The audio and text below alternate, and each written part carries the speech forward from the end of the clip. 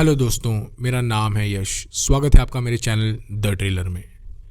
आज मैं आपको एयरपोर्ट रॉबरी की वो कहानी सुनाने जा रहा हूँ जिसमें चोरों के गैंग ने महज 30 मिनट के अंदर जेफ कैनेडी एयरपोर्ट की कार्गो बिल्डिंग से $5 मिलियन कैश और सोने और कीमती सामान से भरे बैग्स लूट लिए। इस लूटे हुए सामान की कीमत आज के ज़माने के हिसाब से $27 मिलियन यानी लगभग 220 करोड़ रुपए बनती है। और जो सबसे ज़्यादा चौंकाने वाली बात थी वो ये थी कि चोर ये बहुत अच्छी तरह जानते थे कि बिल्डिंग के अंदर घुसना कैसे है और लूट का सामान कहाँ रखा हुआ है।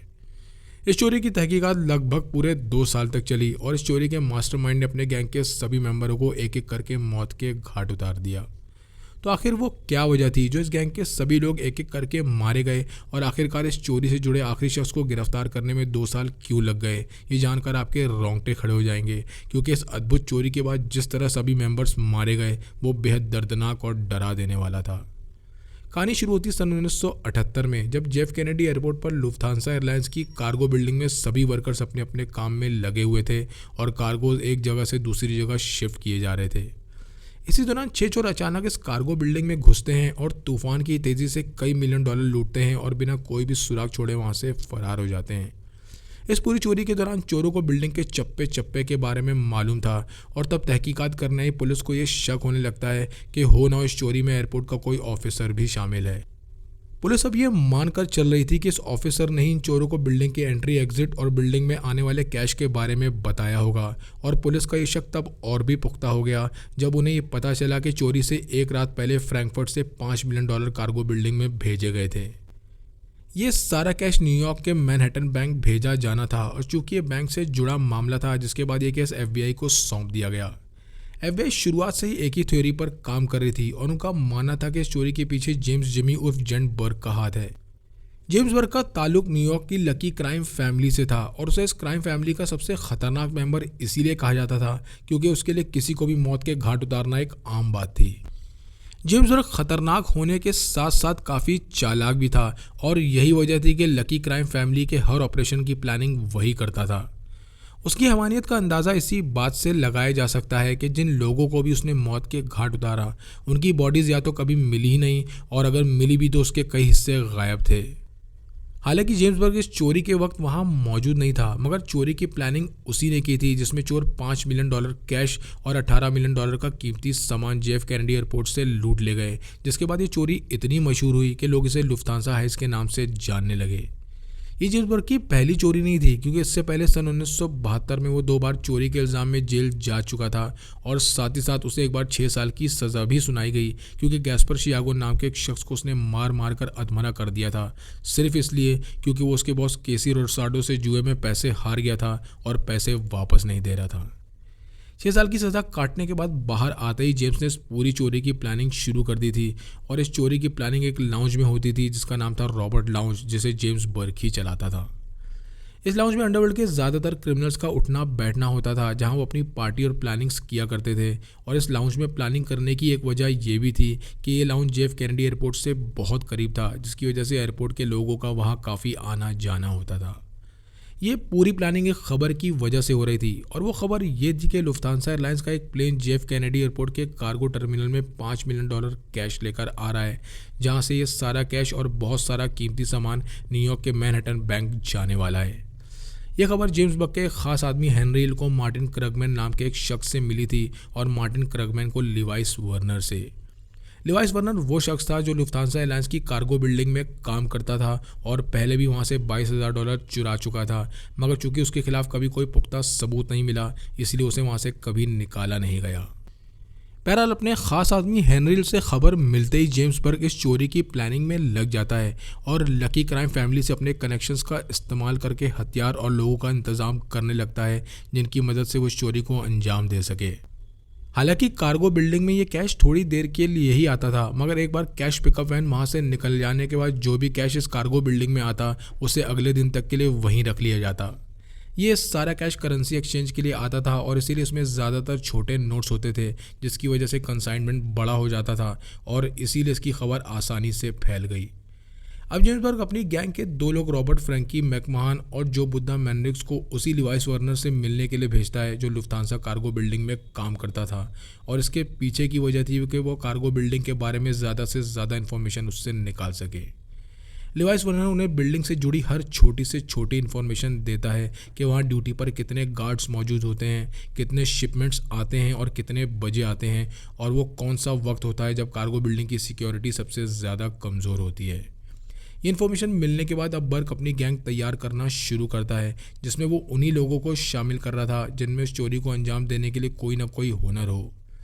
इस गैंग में शामिल होने वाले जो पहले 2 शख्स थे वो थे हेनरी हिल और थॉमस डेजिमोन, और ये दोनों जिमी बर्क के राइट हैंड और लेफ्ट हैंड थे। और इसके अलावा जो लोग शामिल हुए वो थे एंजेलो सेप, लुइस काफुर, जो बुद्धा मैनरिक, पाउलो लकास्ट्री, रॉबर्ट फेंड्री मैकमहान भी शामिल थे।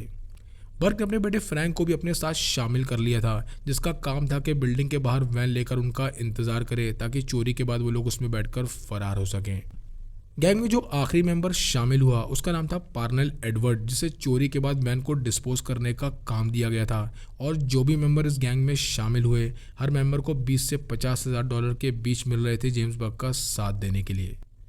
इस चोरी का 20% लिवाइस वर्नर को जाने वाला था, क्योंकि उसने बिल्डिंग और शिपमेंट के बारे में इंफॉर्मेशन दी थी, और इस तरह जेम्स बर्क अब अपनी पूरी गैंग के साथ इस चोरी को अंजाम देने के लिए तैयार था।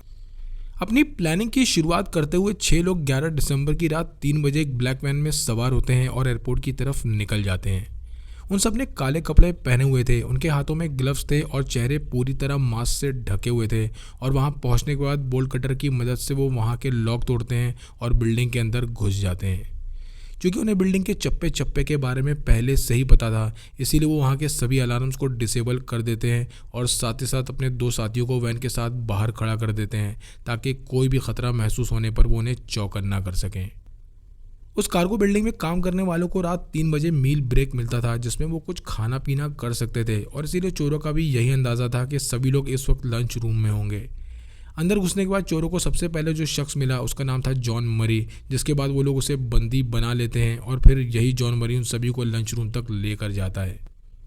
लंच रूम में पहुंचने के बाद उन्हें 5 लोग और मिले, जिसके बाद चोरों ने उन 5 की आंखों और मुंह पर पट्टी बांध दी और उन्हें ज़मीन पर उल्टा लेटाकर उनके सर पर बंदूक तान दी। इसी दौरान डर की वजह से मरी चोरों को बताता है कि उनके 2 एम्प्लॉय अभी भी नहीं दिख रहे हैं, जिनमें से एक का नाम था रूडी एरिक, जो नाइट शिफ्ट कार्गो मैनेजर था, और दूसरे का नाम था कैरी वेलन, जो कार्गो ट्रांसफ़र एजेंट था। कुछ ही देर में रूडी वहां आ जाता है और बताता है कि वो वॉशरूम गया हुआ था, जबकि कैरी वेलन का अभी भी कुछ पता नहीं था। मगर थोड़ी देर बाद कैरी जैसे ही पार्किंग में पहुंचा, बाहर खड़े दोनों चोर उसे वैन में डालकर बंद कर देते हैं। इसी दौरान बिल्डिंग में नीचे काम कर रहे एक वर्कर को ये शोर सुनाई देता है, और वो जैसे ही ऊपर पहुंचता है वो देखता है कि चोर उसी की तरफ बंदूक ताने खड़े हैं और वो उसे भी बंदी बनाकर बाकी लोगों के साथ ज़मीन पर लिटा देते हैं। नाइट शिफ्ट होने की वजह से वहाँ एक ही सिक्योरिटी गार्ड था, जिसके बारे में पता चलते ही बाहर खड़े चोर उसे भी पकड़कर वैन में बंद कर देते हैं, और इस तरह बिल्डिंग के गार्ड से लेकर वर्कर तक सभी चोरों के कब्जे में थे। अब उन कैद हुए वर्कर्स में से चोर रूडी एरिक को उठाते हैं और उसे ले जाकर डबल डोर वाला वॉल्ट खुलवाते हैं, जिसके बाद चोर उसमें से सारा कैश और सारा कीमती सामान 72 कार्टन्स में भरना शुरू करते हैं और फिर इन कार्टन्स को नीचे खड़ी वैन में रखने लगते हैं। इसी दौरान बर्क का बेटा फ्रैंक भी दूसरी वैन लेकर वहां पहुंच जाता है, जिसमें सारे चोर बैठकर फरार हो जाते हैं और कैश से भरी वैन लेकर दूसरा चोर वहां से निकल जाता है। उन सबके बीच ये तय हुआ था कि वो बर्क के लाउंज के पीछे एक ऑटो गैराज में मिलेंगे, जहां बर्क पहले से ही उनका इंतजार कर रहा होगा, और वहां पहुंचने के बाद वो लूट के सामान को वैन से निकालकर दूसरी वैन में शिफ्ट करते हैं, जिसके बाद पार्नेल एडवर्ड लूट में इस्तेमाल हुई वैन को डिस्पोज करने निकल जाता है। महज 1 घंटे के अंदर पूरे अमेरिका की सबसे बड़ी एयरपोर्ट चोरी को अंजाम दिया जा चुका था और यह कामयाब चोरी साबित हुई। मगर इसके बाद कुछ ऐसा होता है जिसकी वजह से इस चोरी में शामिल चोर एक एक करके मरने लगते हैं। क्योंकि इस चोरी में बैंक के $5 मिलियन चुराए गए थे, इसलिए लॉ एनफोर्समेंट FBI पर इन्वेस्टिगेशन का प्रेशर बढ़ाने लगी। और जैसा कि मैं आपको पहले बता चुका हूं कि FBI ये मानकर चल रही थी कि इस चोरी के पीछे जेम्स बर्क और उसके गैंग का हाथ है, मगर उनके पास उसके खिलाफ कोई पुख्ता सबूत नहीं था, और इसीलिए वो चाहते थे कि जेम्स बर्क, टॉमी डेजिमोन या हेनरी हिल, इन तीनों में से किसी के भी फिंगरप्रिंट उनके हाथ लग जाएं। इस चोरी हुए सामान में से भी FBI के हाथ अब तक कुछ नहीं लग रहा था, और इसीलिए वो अपनी छानबीन को और तेज़ कर देते हैं। और इस तहकीकात की वजह से जेम्स की बौखलाहट और बढ़ती जा रही थी, क्योंकि वो पहले भी जेल में 6 साल की सज़ा काट चुका था, और इसीलिए वो फैसला करता है कि अगर किसी ने भी उसके खिलाफ गवाही देने की कोशिश की या उसे धोखा दिया तो वो उसे मार देगा। जेम्स के इसी फैसले की वजह से मर्डर्स का वो सिलसिला शुरू हुआ जो सालों तक चलता रहा, और एक एक करके सभी चोर गायब होते चले गए। पार्नल एडवर्ड, जिसे इस वैन को डिस्पोज करने का काम दिया गया था, उसने जल्दी जल्दी में वैन को अपनी गर्लफ्रेंड के घर के पास ही डिस्पोज कर दिया और इसी वजह से ये वैन FBI के हाथ लग गई और यही वो पहली गलती थी जो उनके पूरे प्लान और रॉबरी के लिए आगे चलकर मुसीबत बन गई। वैन हाथ लगते ही FBI ने उसे फॉरेंसिक जांच के लिए भेज दिया और जब इस जांच की रिपोर्ट आई तब FBI के हाथ उन लोगों के फिंगरप्रिंट लगे जिन्हें अक्सर जेम्स बर्क के साथ देखा गया था। अब पुलिस को ये समझते देर नहीं लगी कि इस चोरी के पीछे जेम्स बर्क का ही हाथ है और महज 3 दिनों के अंदर ही बर्क और उसके गैंग के घर, कार और फोन सब सर्विलेंस पर थे। कॉल रिकॉर्डिंग सुनने के दौरान FBI के हाथ पहली कामयाबी तब लगी जब उन्होंने गैंग के 2 मेंबर्स को इस चोरी के बारे में बात करते सुना। वो दोनों आपस में ये बात कर रहे थे कि लूट की रकम कितनी है और लूट का सामान कहाँ रखा है और इस छानबीन की खबर जेम्स बर्क तक पहुंच गई और उसे ये भी पता चल गया कि वैन मिलने की वजह से FBI के हाथ कुछ सबूत लगे हैं। जेम्स बर्क की नज़रों में इस गलती का एक ही जिम्मेदार था और वो था एडवर्ड पार्नल, क्योंकि उसने वैन को डिस्पोज करने में लापरवाही की और वैन FBI के हाथ लग गई। बहरहाल जेम्स टॉमी डेजिमोन के हाथों एडवर्ड पार्नल का मर्डर करवा देता है और चोरी के महज 1 हफ्ते बाद ही एडवर्ड की लाश उसके बेड पर मिलती है, जिसमें यह पता चला कि एडवर्ड के सर में 6 गोलियां मारी गई हैं। इस मर्डर को हुए अभी 1 महीना भी नहीं हुआ था कि तभी मार्टिन क्रगमैन भी मार दिया जाता है, वही मार्टिन जिसने कार्गो बिल्डिंग में कैश आने की खबर हेनरी हिल को दी थी। मार्टिन क्रगमैन के मर्डर के पीछे की वजह यह थी कि एक दिन वो बहुत जल्दी और घबराहट में जेम्स बर्क से इस चोरी में अपना हिस्सा मांगने लगता है और ये देख बर्क को शक होने लगा कि क्रगमैन FBI से मिल गया है और उनके बारे में सारी खबर FBI को दे रहा है और अपना हिस्सा लेकर भागना चाहता है। इसी शक के चलते बर्क ने क्रगमैन का भी मर्डर करवा दिया, मगर इसके बाद उसकी बॉडी कभी नहीं मिली। इस दूसरे मर्डर के बाद गैंग का तीसरा मेंबर टॉमी डेजिमोन भी मारा गया, मगर सभी का यह मानना था कि उसके मर्डर का इस चोरी या जेम्स बर्क से कोई लेना देना नहीं था, बल्कि उसे न्यूयॉर्क की गैम्बिनो क्राइम फैमिली ने मरवाया था, क्योंकि डेजिमोन ने उनसे दुश्मनी मोल ली थी। कुछ दिन बाद बर्क का लाउंज संभालने वाले रिचर्ड ईटन की लाश भी फ्रीजर ट्रक में लटकी मिली और उसे भी जेम्स बर्क ने ही मरवाया था, क्योंकि उसने अपने 2 साथियों के साथ मिलकर लूट के माल में से $2.5 लाख चुराने की कोशिश की थी। रिचर्ड के दोनों साथी मोंटेल और थेरेसा फरेरा भी 2 हफ्तों बाद मरे हुए पाए गए, जिसमें से फरेरा का सर कटा धड़ पास की नदी में मिला। लुइस काफूर, जो इन चोरों में से एक था, उसे बर्क ने सिर्फ इसीलिए मरवा दिया क्योंकि वो गैंग के सारे सीक्रेट्स अपनी बीवी जोना काफूर के साथ डिस्कस करता था और साथ ही साथ उसने चोरी में अपने हिस्से से एक बहुत महंगी कैडिलैक कार खरीदी और उसे लेकर एक मीटिंग में गया जो जेफ कैनेडी एयरपोर्ट से बहुत करीब थी। इस मीटिंग के बाद से ही लुइस काफूर और उसकी बीवी जोना काफूर दोनों गायब हो गए और फिर उनकी बॉडी कभी किसी को नहीं मिली। अब तक इस गैंग के 5 लोग मारे जा चुके थे और ये सिलसिला कुछ महीनों के लिए थम जाता है कि तभी जो बुद्धा और रॉबर्ट मैकमोहन की डेड बॉडीज एक कार में मिलती हैं। उन दोनों के सर में पीछे से गोलियां मारी गई थी और इसके पीछे की वजह यह थी कि FBI को उनके इस चोरी में शामिल होने के पुख्ता सबूत मिल गए थे और इससे पहले FBI उन तक पहुंचती बर्क ने उन दोनों को भी मरवा दिया। इतनी बड़ी चोरी और इतने सारे मर्डर्स के बाद भी अब तक FBI के हाथ कोई ऐसा सबूत नहीं लग रहा था जिससे वो डायरेक्टली जेम्स बर्क को गिरफ्तार कर सकें और तब FBI एक नया पैंतरा आजमाने का फैसला करती है। इस इन्वेस्टिगेशन को पूरे 2 महीने बीत चुके थे और तब FBI न्यूयॉर्क की लकी क्राइम फैमिली को कोर्ट में हाजिर होने के लिए नोटिस भेजती है ताकि वो चोरी और इन मर्डर्स का लिंक जोड़ सकें और जेम्स बर्क को गिरफ्तार कर सकें। कोर्ट में FBI कार्गो बिल्डिंग में उस रात काम करने वाले वर्कर्स को भी बुला लेती है चोरों की शिनाख्त करने के लिए, जिसमें कैरी वेलन एंजेलो सेप को पहचान लेता है और FBI को बताता है कि एंजेलो ने पार्किंग लॉट में उस पर हमला किया था और उसे वैन के अंदर बंद कर दिया था। कार्गो बिल्डिंग का दूसरा वर्कर जूडी एरिक कोर्ट को बताता है कि चोरों को बिल्डिंग के सेफ्टी सिस्टम और डबल डोर वॉल्ट के बारे में पूरी मालूमात थी और वो बिल्डिंग के चप्पे चप्पे के बारे में जानते थे। वो FBI को ये भी बताता है कि चोर ये भी जानते थे कि वॉल्ट के दोनों दरवाजे खोलने पर अलार्म बजने लगता है और इसीलिए उन चोरों ने एरिक से एक ही दरवाज़ा खुलवाया और दूसरा बंद रखा। क्योंकि एंजेलो सेप न्यूयॉर्क की लकी क्राइम फैमिली का हिस्सा था और इसीलिए कोर्ट में उसकी पहचान होते ही FBI उसे फ़ौरन गिरफ्तार कर लेती है और एंजेलो वो पहला चोर था जो इस चोरी से कनेक्शन में पकड़ा गया। एंजेलो सेप की गिरफ्तारी की खबर सुनते ही जेम्स बर्क वहां से फरार हो जाता है और इसी दौरान FBI के हाथ पीटर ग्रनवॉल्ड नाम का एक शख्स लगता है। पीटर ग्रनवॉल्ड कोई और नहीं बल्कि लिवाइस वर्नर का साथी था जो उसके साथ जेफ कैनेडी एयरपोर्ट पर काम करता था और ये लिवाइस वर्नर वही शख्स था जिसने क्रगमैन को इस चोरी से जुड़ी हर डिटेल बताई थी। क्योंकि ये दोनों एयरपोर्ट के मामूली वर्कर थे और इन दोनों की सैलरी भी बहुत कम थी, मगर अचानक ये दोनों बहुत पैसे खर्च करना शुरू कर देते हैं। जहां पीटर ग्रनवॉल्ड अपनी सारी उधारी चुका देता है, वहीं दूसरी तरफ लिवाइस वर्नर एक कस्टमाइज वैन खरीदता है और वो भी कैश, और उनकी यही गलती उनके लिए एक बहुत बड़ी मुसीबत साबित हुई। एफबीआई को अब उन दोनों पर शक होने लगा और उन्हें लगने लगता है कि हो ना हो इन दोनों का भी चोरी में कोई हाथ है, और इस शक की बिना पर एफबीआई उन दोनों को हिरासत में ले लेती है और पूछताछ शुरू करती है। पूछताछ में पीटर ग्रनवॉल्ड ज़्यादा दिन तक नहीं टिक पाया और फिर उसने एफबीआई को वो कहानी सुनाई जिसने इस पूरे केस को सॉल्व करके रख दिया। वो एफबीआई को बताता है कि उसने 2 साल पहले लिवाइस वर्नर के साथ मिलकर एक चोरी को अंजाम दिया था, जिसमें उन दोनों ने $22,000 चुराए थे और फिर उन दोनों को जेल भी जाना पड़ा था। पीटर ने एफबीआई को ये भी बताया कि वर्नर ने उससे वादा किया था कि अगर वो कोई बड़ी चोरी को अंजाम देगा तो वो उसे $65,000 देगा, और साथ ही साथ इस चोरी की वजह से अगर उसकी जॉब चली जाती है तो वो उसे $50,000 और देगा, और वादे के मुताबिक बड़ी चोरी के बाद वर्नर ने उसे $50,000 दिए भी। अब एफबीआई का शक यकीन में बदलने लगता है कि ये दोनों भी चोरी में शामिल हैं, मगर जब वो पीटर से जेम्स बर्ग के बारे में पूछते हैं तब वो बताता है कि वो जेम्स के बारे में कुछ भी नहीं जानता।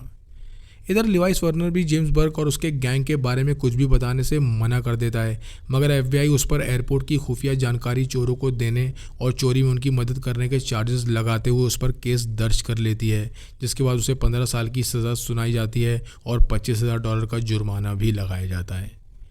वर्नर को जून में सज़ा सुनाई गई, जिसके बाद अगले 8 महीनों तक इस केस से जुड़ी कोई भी नई इन्फॉर्मेशन एफबीआई के हाथ नहीं लग रही थी, और तब कुछ ऐसा हुआ जिसने इस इन्वेस्टिगेशन का रुख ही मोड़ कर रख दिया। क्योंकि वर्नर को जेल में सज़ा काटते हुए अब 8 महीने बीत चुके थे और अब जेल में उसे कई परेशानियों का सामना करना पड़ रहा था, और तब वो फैसला करता है कि एफबीआई के साथ कोऑपरेट करके वो उन्हें सब कुछ बता देगा और अपनी सज़ा कम करवा लेगा। वो एफबीआई को बताता है कि उसने ये खबर क्रगमैन और जो को दी थी, और उसके बाद उन्होंने ये खबर किसे दी वो इसके बारे में कुछ नहीं जानता, मगर चूंकि क्रगमैन और जो बुद्धा पहले ही मर चुके थे इसलिए इन्फॉर्मेशन एफबीआई के किसी काम की नहीं निकलती और वो वर्नर की सज़ा में कोई कमी नहीं करवाते। इधर गैंग के इतने सारे लोगों के मारे जाने के बाद हेनरील को भी अब ये डर सताने लगा कि जेम्स बर्ग उसे और उसके परिवार को मार डालेगा, और इसीलिए वो एफबीआई से डील करके उनका विटनेस बन जाता है और बदले में उनसे प्रोटेक्शन मांगता है, जिसके बाद एफबीआई उसे अपने विटनेस प्रोग्राम में शामिल कर लेती है। अब हेनरी जेम्स बर्ग के बारे में एक एक डिटेल एफबीआई को बताना शुरू करता है कि कैसे बर्ग ने इस चोरी की प्लानिंग की, उसके न्यूयॉर्क की क्राइम फैमिली से क्या कनेक्शन है और कैसे उसने गैंग के लोगों का मर्डर करवाया, और हेनरी की इस गवाही के बाद सन 1980 में एफबीआई जेम्स बर्ग को गिरफ्तार कर लेती है। आखिरकार चोरी के 2 साल बाद इस पूरे ऑपरेशन का मास्टरमाइंड बर्ग एफबीआई के हाथ लग चुका था, मगर चूंकि बर्ग के खिलाफ सारे सबूत जुटाने में एफबीआई को काफ़ी वक्त लग गया, जिसकी वजह से ये ट्रायल 2 साल तक चला, और आखिरकार जेम्स को चोरियों के लिए 15 साल और सभी मर्डर्स के लिए उम्र कैद की सज़ा सुनाई गई। सज़ा सुनाने के 14 साल बाद 13 अप्रैल सन 1996 में जेम्स बर्ग की कैंसर से मौत हो गई और उसने दुनिया को अलविदा कह दिया। क्योंकि जेम्स बर्ग ने खुद कभी कोई जुर्म नहीं कबूला था, और इसीलिए एफबीआई को ये सवाल बार बार परेशान करता रहा कि आखिर लुफ्तांसा एयरलाइंस कार्गो बिल्डिंग से लूटे हुए पैसे और कीमती सामान आखिर गया कहाँ। माना जाता है कि इस लूट में चुराए गए पैसे कई लोगों ने आपस में बांटे, जिसमें माफिया भी शामिल था, और इसीलिए इन पैसों को आज तक कोई ट्रेस नहीं कर पाया। एंजेलो सेफ जो ज़मानत पर बाहर आ गया था, वो भी 10 महीनों बाद ब्रुकलिन में अपने अपार्टमेंट के बेसमेंट में मरा हुआ पाया गया, और उसके मरने के पीछे की वजह ये थी कि 1 हफ्ते पहले उसने एक ड्रग डीलर को लूटा था, और इसीलिए उसने अपने 2 शूटर भेजकर एंजेलो सेफ और उसकी गर्लफ्रेंड को मरवा दिया। अब आता है इस गैंग का आखिरी और सबसे छोटा मेंबर फ्रैंक बर्ग, जो जेम्स बर्ग का बेटा था और इस चोरी के दौरान वैन चला रहा था, और उसकी डेड बॉडी 18 मई सन 1987 को रात 2:30 बजे ब्रुकलिन के लिबर्टी एवेन्यू के पास मिली। फ्रैंक की मौत के 2 दिन बाद ही पुलिस एक 46 साल के ड्रग डीलर को फ्रैंक के मर्डर के जुर्म में गिरफ्तार कर लेती है, और ये ड्रग डीलर पुलिस को बताता है कि मरने से पहले फ्रैंक गैम्बिनो क्राइम फैमिली के लिए काम करने लगा था, और गैम्बिनो फैमिली से उसकी दुश्मनी थी, इसलिए उसने फ्रैंक को मार दिया। हेनरी, जिसने इस पूरी चोरी और मर्डर्स का खुलासा किया था, वो भी 10 साल बाद एक बीमारी की वजह से मारा गया, और इस तरह गैंग के सारे मेंबर्स एक एक करके इस दुनिया से चले गए। लिवाइस वर्नर ने भी अपने कॉपरेशन के बदले एफबीआई से बार बार अपनी सज़ा कम करने की अपील की, जिसके बाद उसकी सज़ा को कम करके 5 साल कर दिया गया, और उसे और उसकी बीवी जेनेट बारबरी को नई पहचान देकर न्यूयॉर्क के बाहर भेज दिया गया। आपको ये कहानी कैसी लगी? कमेंट सेक्शन में लिखकर ज़रूर बताएं। चैनल को लाइक और सब्सक्राइब करें। मिलते हैं नेक्स्ट वीडियो में।